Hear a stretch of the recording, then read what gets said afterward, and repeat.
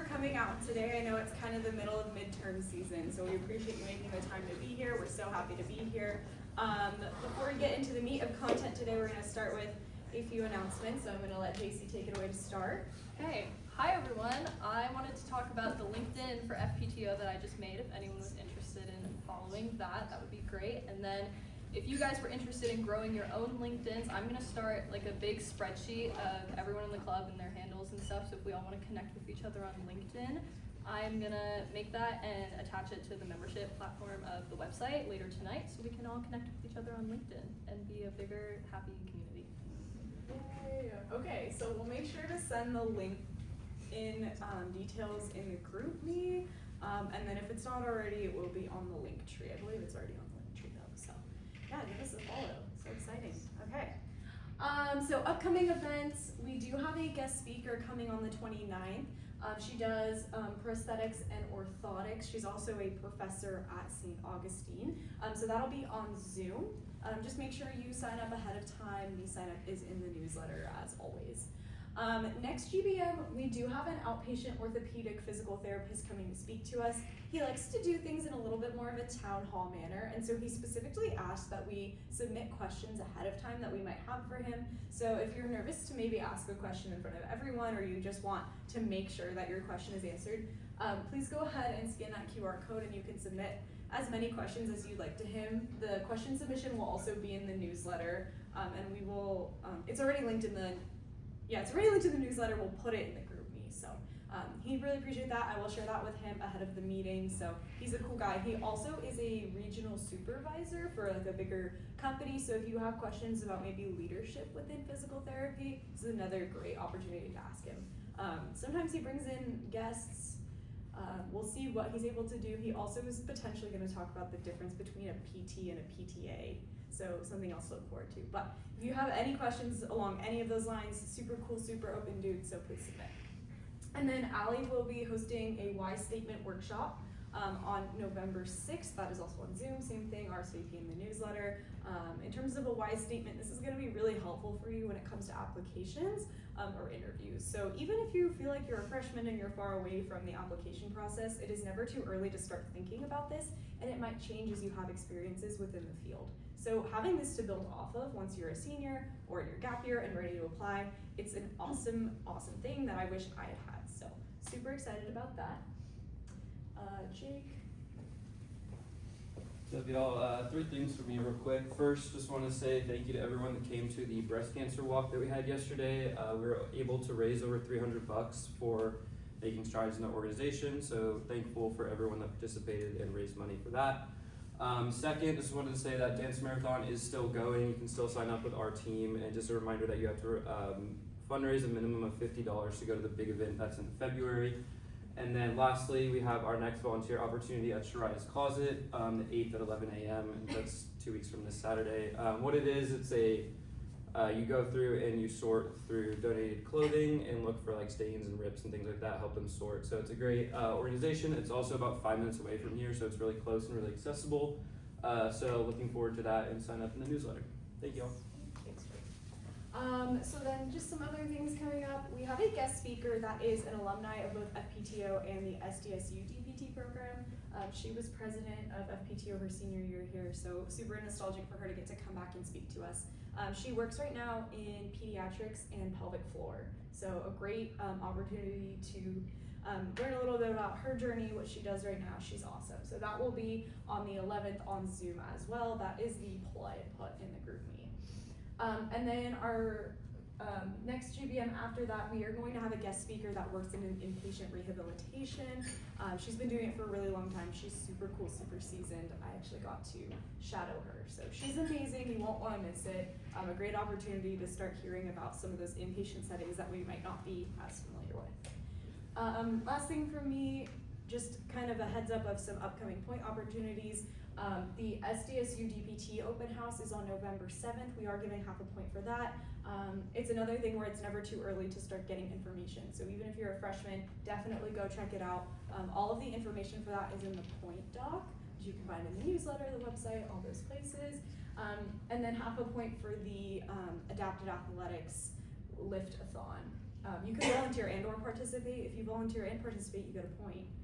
You get half a point for each. So definitely a great cause, good way to show up, get some reps in at the gym or spot someone. So great opportunity.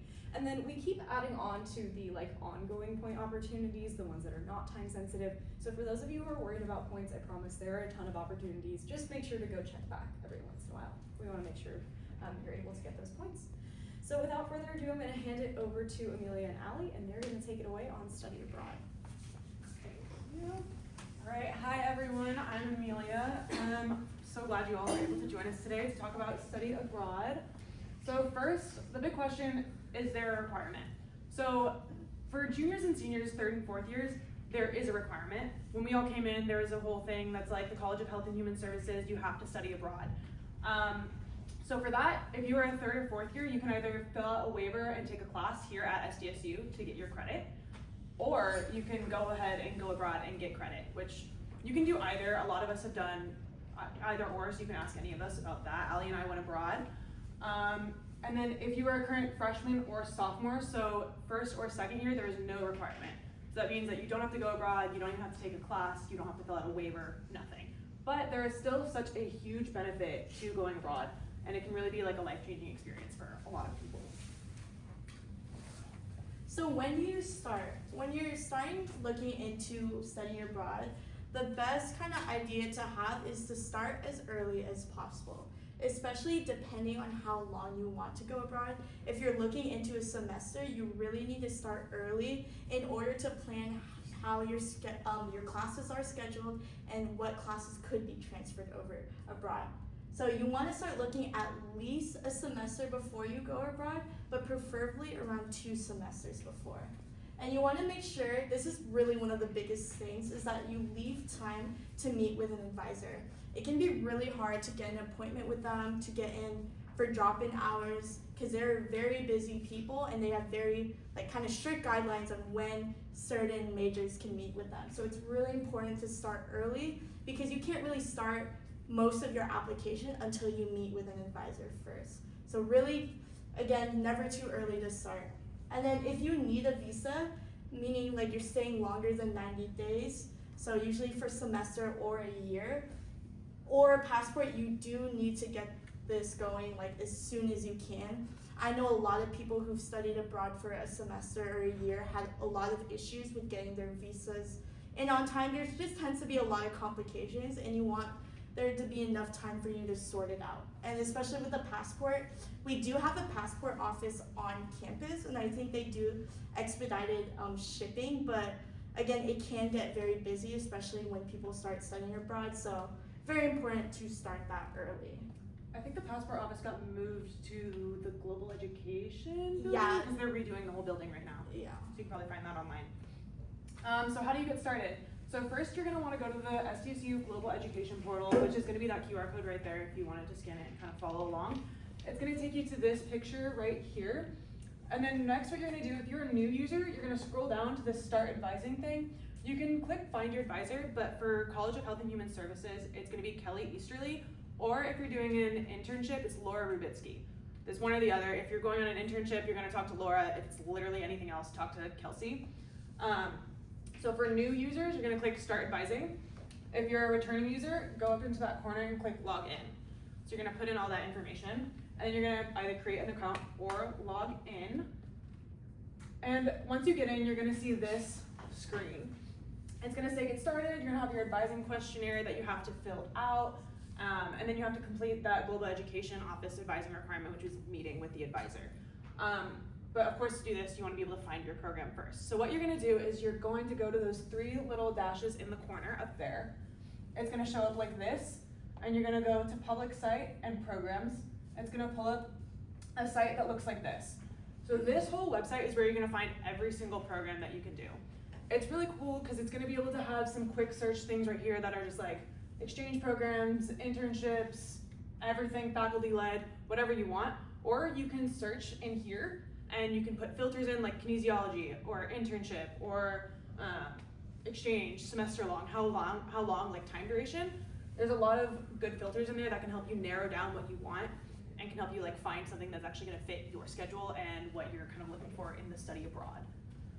Honestly, I feel like finding a program can be really overwhelming, and it's not necessarily difficult because once you find the one that you like, you're kind of just like, oh, okay, but going through these filters and everything can be a lot. So just make sure you find one that you're actually really interested in. Find a few, because when you're trying to apply, there's some programs that have limited space. So if you're like, hey, I'm gonna apply to this one, oh, I didn't get in, there's my other option, like I wanna do this, you know, stuff like that. So what programs can you do? There's honestly a lot of options, but you break it down to kind of, again, how long do you want to study abroad for, where you want to go, and what you're interested in studying in. So first we have an SCSU exchange, or the CSUIP or ISEP, which is usually either a semester or a year long, so it's a longer program. This is when they pay for local housing, and you usually pay the SCSU housing prices for this program. Your financial aid that you get at SCSU for your tuition also applies to this, because it's kind of through a school. So you're paying those SCSU tuition and fees. And for this one, you also get academic credit through the school you are kind of transferring over to in Europe.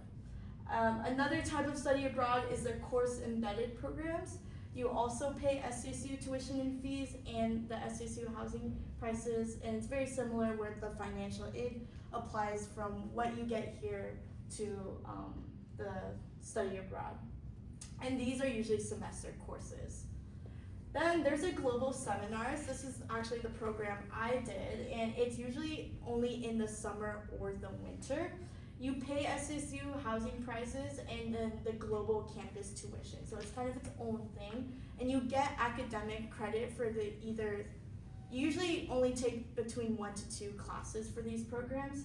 And sometimes financial aid applies, but really there's not many financial aid opportunities for the global seminars. But again, it is winter or summer only, which is why it's pretty popular among Canadian majors, because you don't have to fit it in your school schedule, you can do it during the breaks. So some other programs you can do are partner programs, ISEP Direct, and Direct Enroll. So for these ones, you're gonna pay tuition and fees to the program itself. The housing is gonna vary by program, so it's possible it could be a homestay, it could that means like you stay with a family, and like that'll cover like food and everything most of the time, or maybe you'll be in an apartment with a bunch of other people. It's really up to the program itself and kind of what you're looking for. Your federal aid will apply to these, or may apply, but no California aid will apply. So if you're an in-state student and you get California aid, it won't apply to these programs. There's a non-residence major and minor credit. It's gonna count for your GE foundations, but not your GE explorations. So when you're looking at classes and everything like that, it'll count for these little sections in your, what is it called? Oh, I know. Yeah, you know Yeah, what I'm talking about. I know that. The degree evaluation, that's it, yeah. And then these ones you can do any term. And then last one is gonna be internships, and an internship is actually what I did. So I was in Spain for that one. You pay tuition and fees to the program itself. The housing is gonna vary just like the other ones, so it can be homestay or an apartment. Financial aid may apply, but it's very, very rare. You're gonna get credit through the program, or you can take another class at SDSU. You're gonna have to pay the program to get the credit from it. It really depends on what you're looking for, because for me, like the credit, I got maybe 5 credits and I only paid maybe $600 for it. While at SDSU, you know, you're gonna pay a little bit more. It just depends on what you wanna do. And this one can be any term. I did it through the summer. A lot of people did do it during the summer, from what I know. Some people did it during the winter, not as many during the semester, since it takes away time from your actual classes. And so the academic approval form. This form is something that I had to fill out, and I didn't realize I had to do it until probably 2 weeks until it was due, maybe a week. It's something that they don't really explain to you at all. What is it? It's a written record that's gonna show the classes you're taking abroad to satisfy the SDSU degree requirements. So on here, this is only 1 page. It's 4 pages long. Doesn't mean you have to fill out every single page. You just kind of read through it and see where you have to fill it out. You need your advisor to sign off on it, like the major advisors, it's Deanna and Kale. They'll be able to help you with that as well. They know a lot about this academic approval form. You're gonna fill it out only after you're accepted into a program. If you're accepted into a program and this form shows up, it's gonna be in your post-decision steps checklist. That means you have to fill it out and talk to your advisor to help you out with that. If you're in an approved program for credit, and this is if you're in an approved program for credit and the transcript is not issued by SDSU. So for me, since I did an internship abroad, my transcript was through another school. I think it might have been University of Montana, which means I had to fill out this form to let the school know, hey, I'm taking this class through study abroad and it's going to be by another university, but we're going to get the transcripts in and I'm going to get the credit for the class to satisfy the requirement, if that makes sense at all. Not every single program has to have this form. If it shows up in your post-decision steps checklist, that's when you have to do it. Just make sure you keep an eye out for that form, because don't end up like me and rushing it like a week before it's due. Yeah. So common PT study abroad programs. So these are common types of programs that people in kinesiology, specifically pre-physical therapy, do. So one of them is like interning abroad, which was a program Amelia did, which was PT based. There's therapy abroad, which is in Thailand. That's usually over the summer, and it is also physical therapy based. Then we have the global seminars. If you've looked into study abroad, you might have heard of like art and anatomy in Italy, or nutrition, food and culture in Spain, or even, I forgot the other one, but it's in Japan. It's like a hospitality one. Those are very common classes that people do as well. And that's actually directly through SCSU. So everyone in your program will be from SCSU and your teacher will be from SCSU. So it transfers over really easily. Like, you're not having to fill out anything because you're basically going directly through the school. And then lastly would be exchange programs. These are the ones that are typically a semester or year long, and that's when you can go to different schools and study there. I know some people do Australia, which is a pretty big one for PT, and they get class credits that transfer over for the major. So scholarships. I know we said that some financial aid will apply to some programs and some won't, which is why I think scholarships are honestly a big, like, not easy money grab, but like it can be. And it's always worth it to just fill it out and apply, because you never know what's gonna happen. Two that I personally did, and it really worked out for me, were the Associate Students Global Education Scholarship and the Benjamin A. Gilman International Scholarship. So for the Associate Students Scholarship, it's gonna appear in your post-decision steps, so everyone kind of has it there to apply anyways. They always encourage you to apply because you don't know how much you're gonna get, and it never hurts to even get like a few $100s. So that's gonna be through the Aztecs Abroad portal, and it's just gonna pop up, easy to apply. You have to do a short essay required, and you have to have a minimum of a 2.5 GPA. This one, you don't have to do it if it's in your post-decision steps, but I strongly recommend it, because again, you never know if you're ever gonna get the money or not. So the Gilman International Scholarship, this one is a lot harder to get, but honestly, it's really worth it. You can get up to $5,000 towards your internship, or my internship, sorry, towards your program. You have to be receiving a federal Pell Grant to apply. So it is a lot more select. If you receive a Pell Grant, you can apply to the scholarship, and it's just like more for lower income, kind of. Not necessarily super low, but you know, if you get that Pell Grant, it's gonna be really helpful.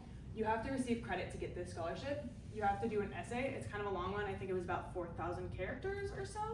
And again, it's really competitive, but it's very, very, very worth it.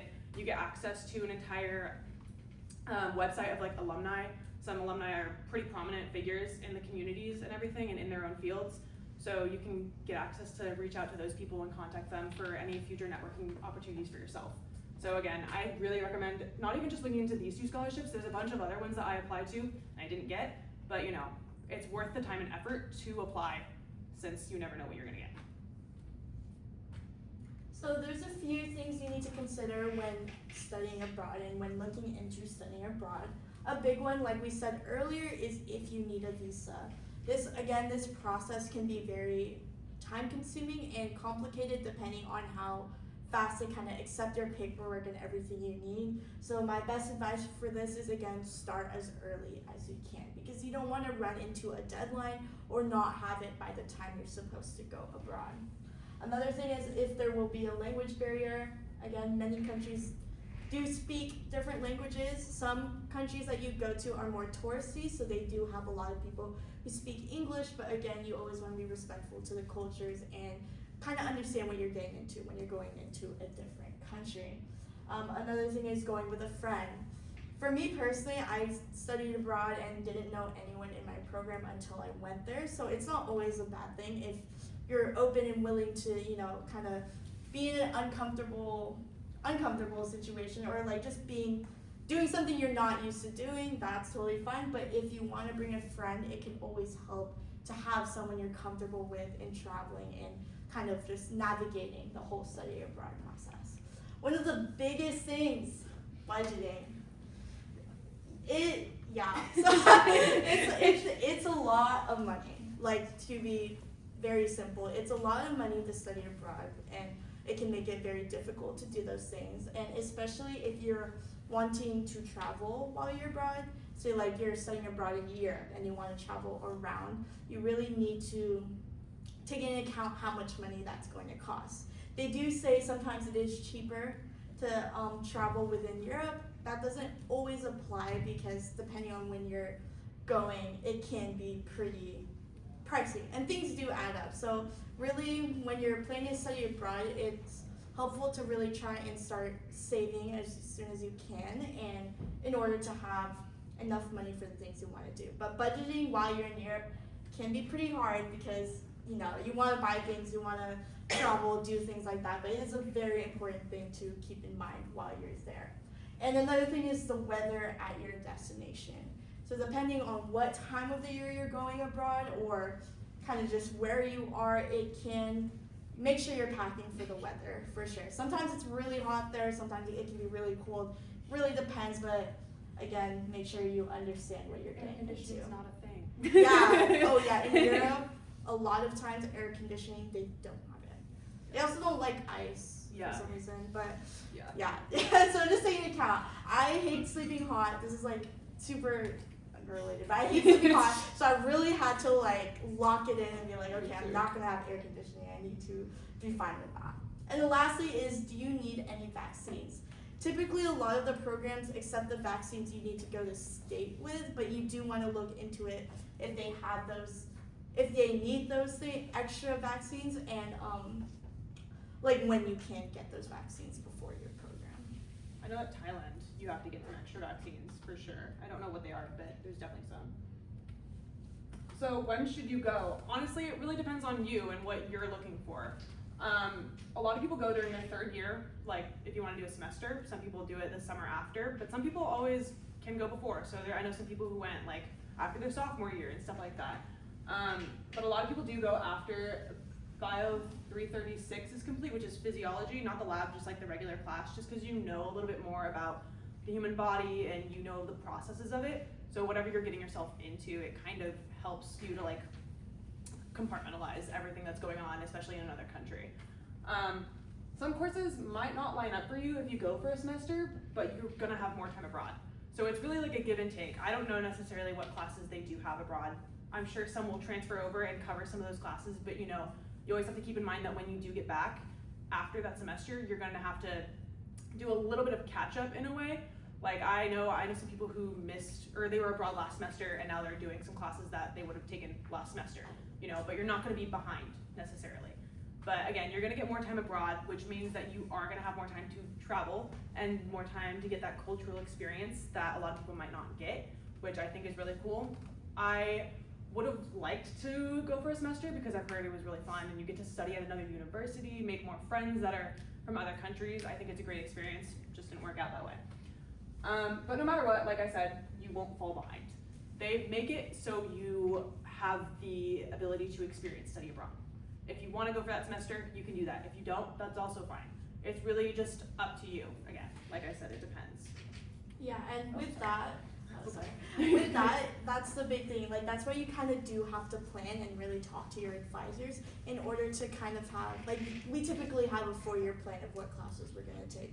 But in order to integrate that semester or even sometimes that year, it's very important to plan what classes you're going to take when and if you need to catch up in certain things. But again, it's a great experience. So if you really want to do a semester or a year, it's not impossible. I'd say just reach out to the advisors, make a plan for it in order to really experience that. Yeah, I know that the global education advisors can be a little bit hard to reach out to. I always recommend contacting the major advisors if you have some questions. They might not be able to answer everything because they're not the global education advisors, but in regards to your schedule and where things are gonna fit and where you can shift things around, they can for sure help you with that type of stuff. They're great, they're amazing, I love them. So, my experience. So I did intern abroad with EuroAce in Valencia, Spain. I interned with the company Ypsilon Sports Clinic.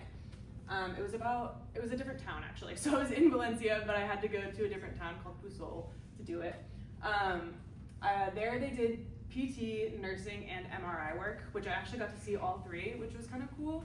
So I spent some time with the physical therapist. I went into the nurse's office. They taught me how to do some stitches. Wasn't great at it, so good thing I'm sticking with PT. And then we got to watch some MRIs, which were cool too. For me, I went 4 days a week.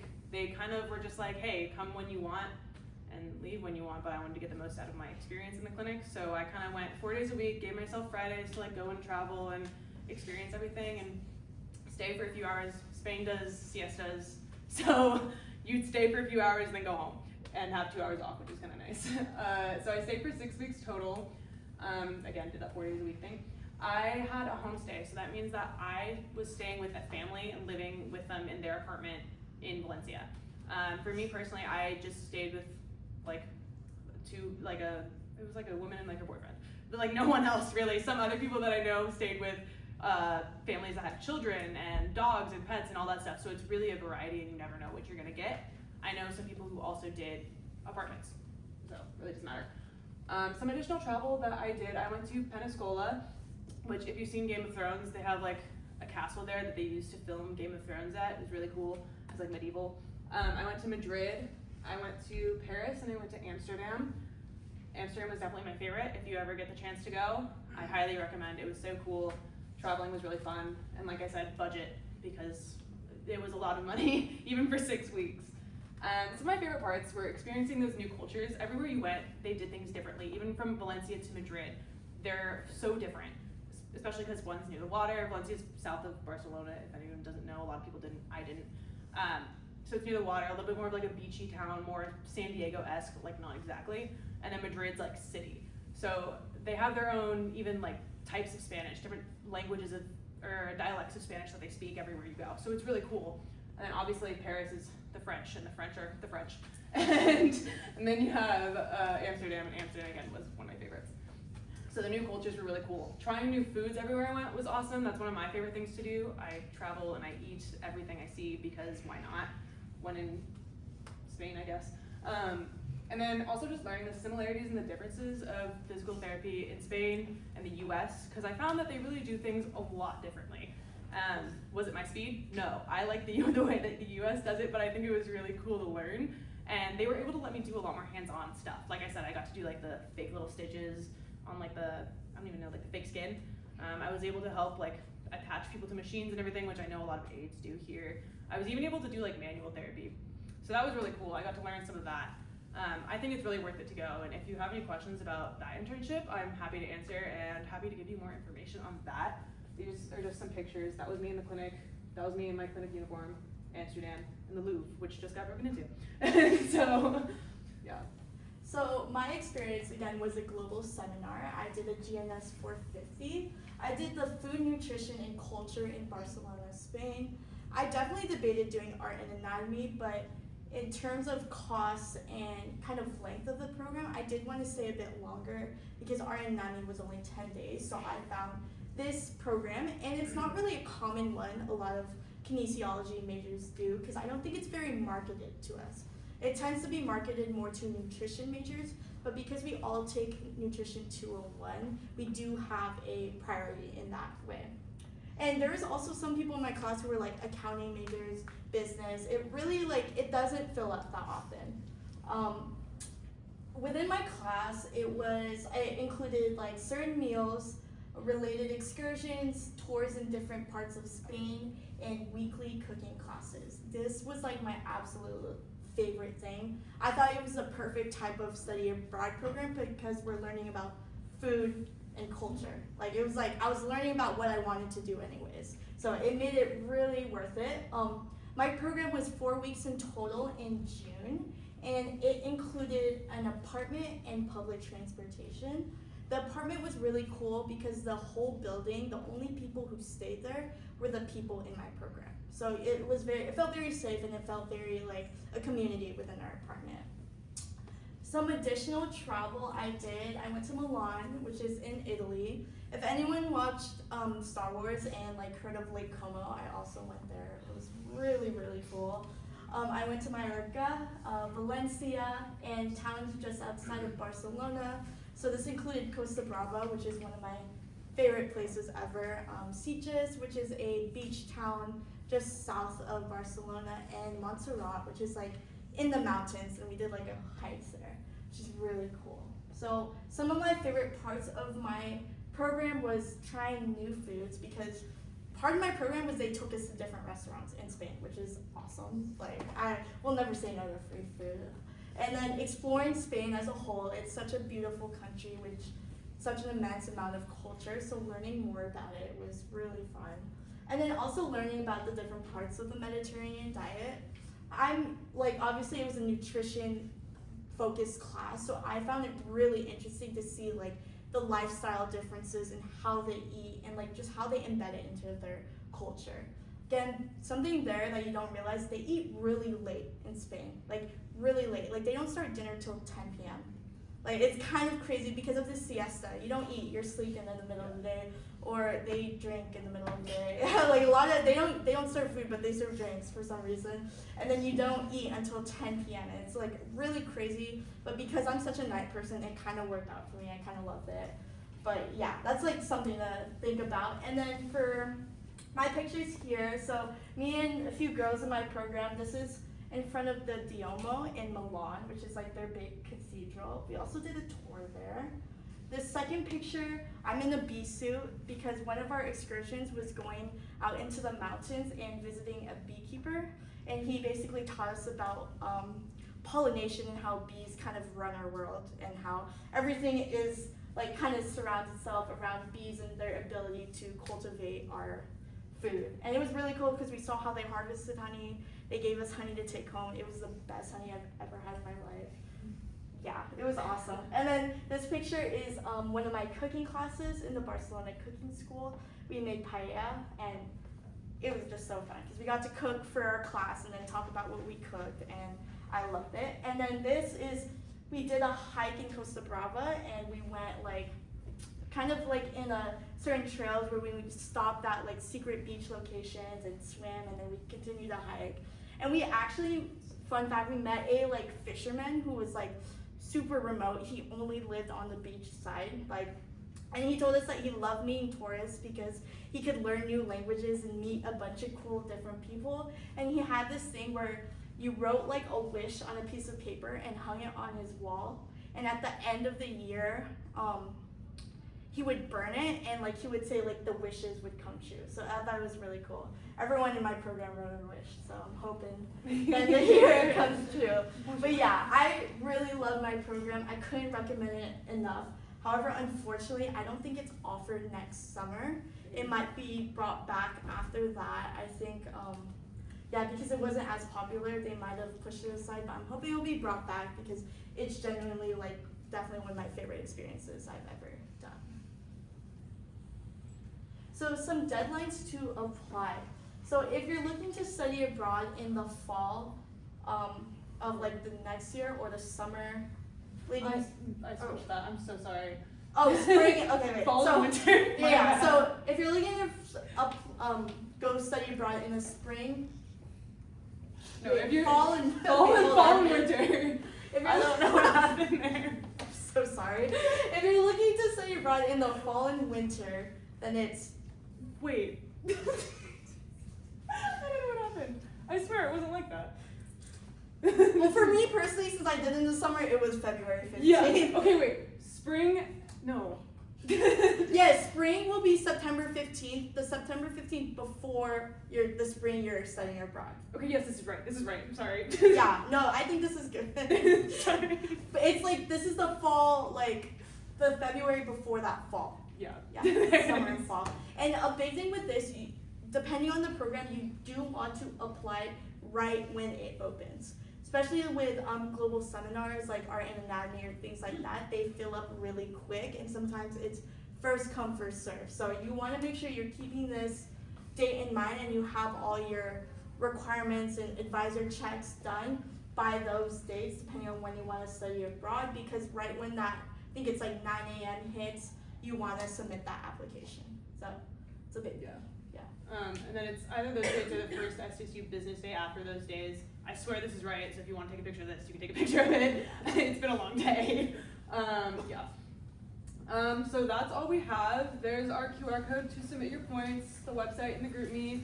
If you have any questions about Allie's program, about internships, about anything study abroad, just come talk to us, DM us, anything you have, and thank you guys for coming. Does anyone